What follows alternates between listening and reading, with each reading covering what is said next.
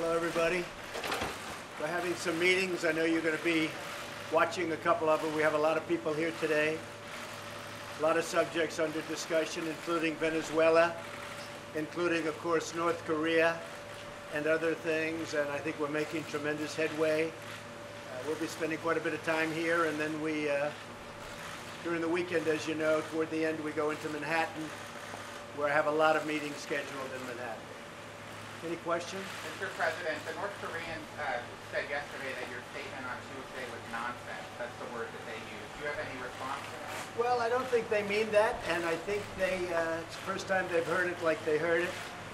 And frankly, the people that were questioning that statement, was it too tough? Maybe it wasn't tough enough. They've been doing this to our country for a long time, for many years. And it's about time that somebody stuck up for the people of this country and for the people of other countries. So if anything, maybe that statement wasn't tough enough. And we're backed by 100% by our military. We're backed by everybody. And we're backed by many other leaders. And I noticed that many senators and others today came out very much in favor of what I said. But if anything, that statement may not be tough enough. What would be tougher than fire and fury? Well, you'll see. You'll see. Mr. President, is one of the options being considered a preemptive strike, a first strike on the We don't talk about that. I never do. I'm not like the other administration that would say we're going into Mosul in 4 months. I don't talk about it. We'll see what happens. But I can tell you that what they've been doing and what they've been getting away with is a tragedy, and it can't be allowed. Mr. President, would you ever consider negotiations under different circumstances? Sure. We'll always consider negotiations, but they've been negotiating now for 25 years. Look at Clinton.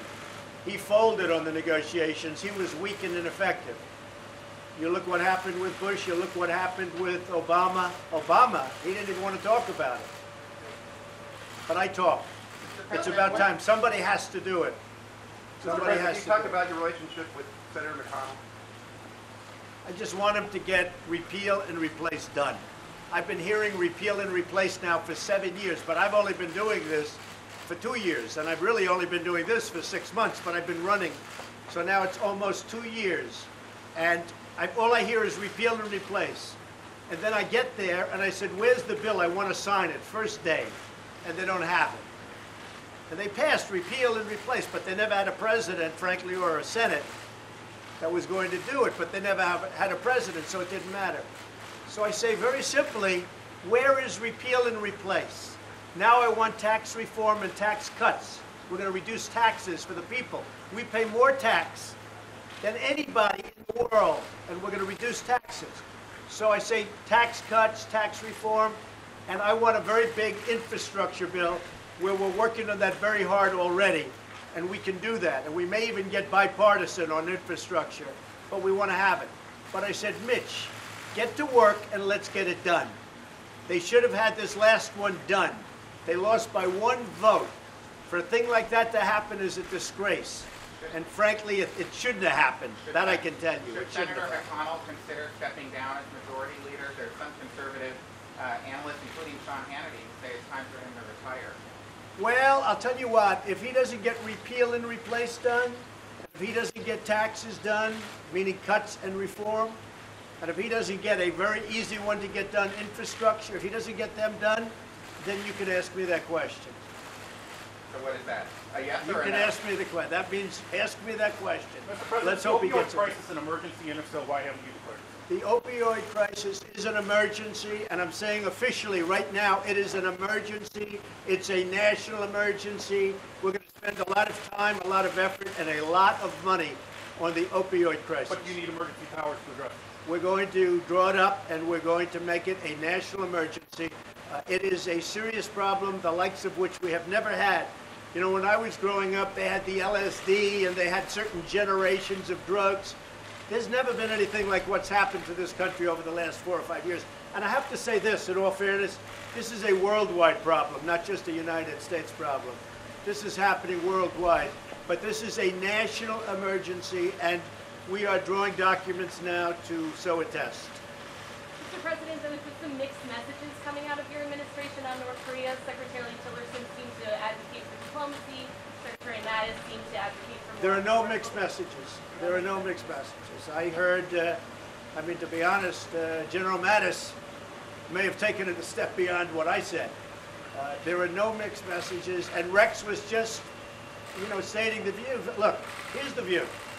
I said it yesterday. I don't have to say it again.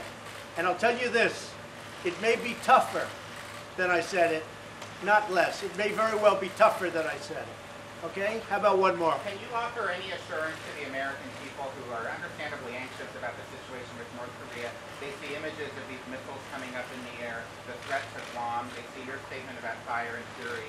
Should they be comfortable that you have this under control? The people of this country should be very comfortable. And I will tell you this, if North Korea does anything in terms of even thinking about attack of anybody that we love or we represent or our allies or us, they can be very, very nervous. I'll tell you what, and they should be very nervous because things will happen to them like they never thought possible, okay? He's been pushing the world around for a long time, and I have great respect for what China and what Russia did and those 15, we got a 15-0 vote. I have great respect for China and Russia, what they did on sanctions. I believe that will have an effect. I don't think it will have the kind of effect, even though we were the ones that got it. And Nikki Haley did a great job. We all did a great job. But I have great respect for what they did. I have great respect for the 15-0, but probably it will not be as effective as a lot of people think it can be, unfortunately. Can China do more? I think China can do a lot more, yes. China can, and I think China will do a lot more. Look, we have trade with China. We lose hundreds of billions of dollars a year on trade with China. They know how I feel. It's not going to continue like that. But if China helps us, I feel a lot differently toward trade. A lot differently toward trade.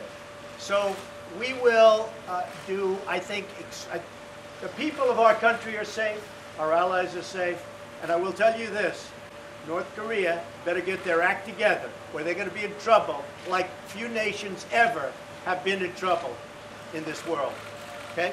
Thank you very much. We're going down to the other side, and we're going to take a few more questions. Okay? Thank you. Thank you.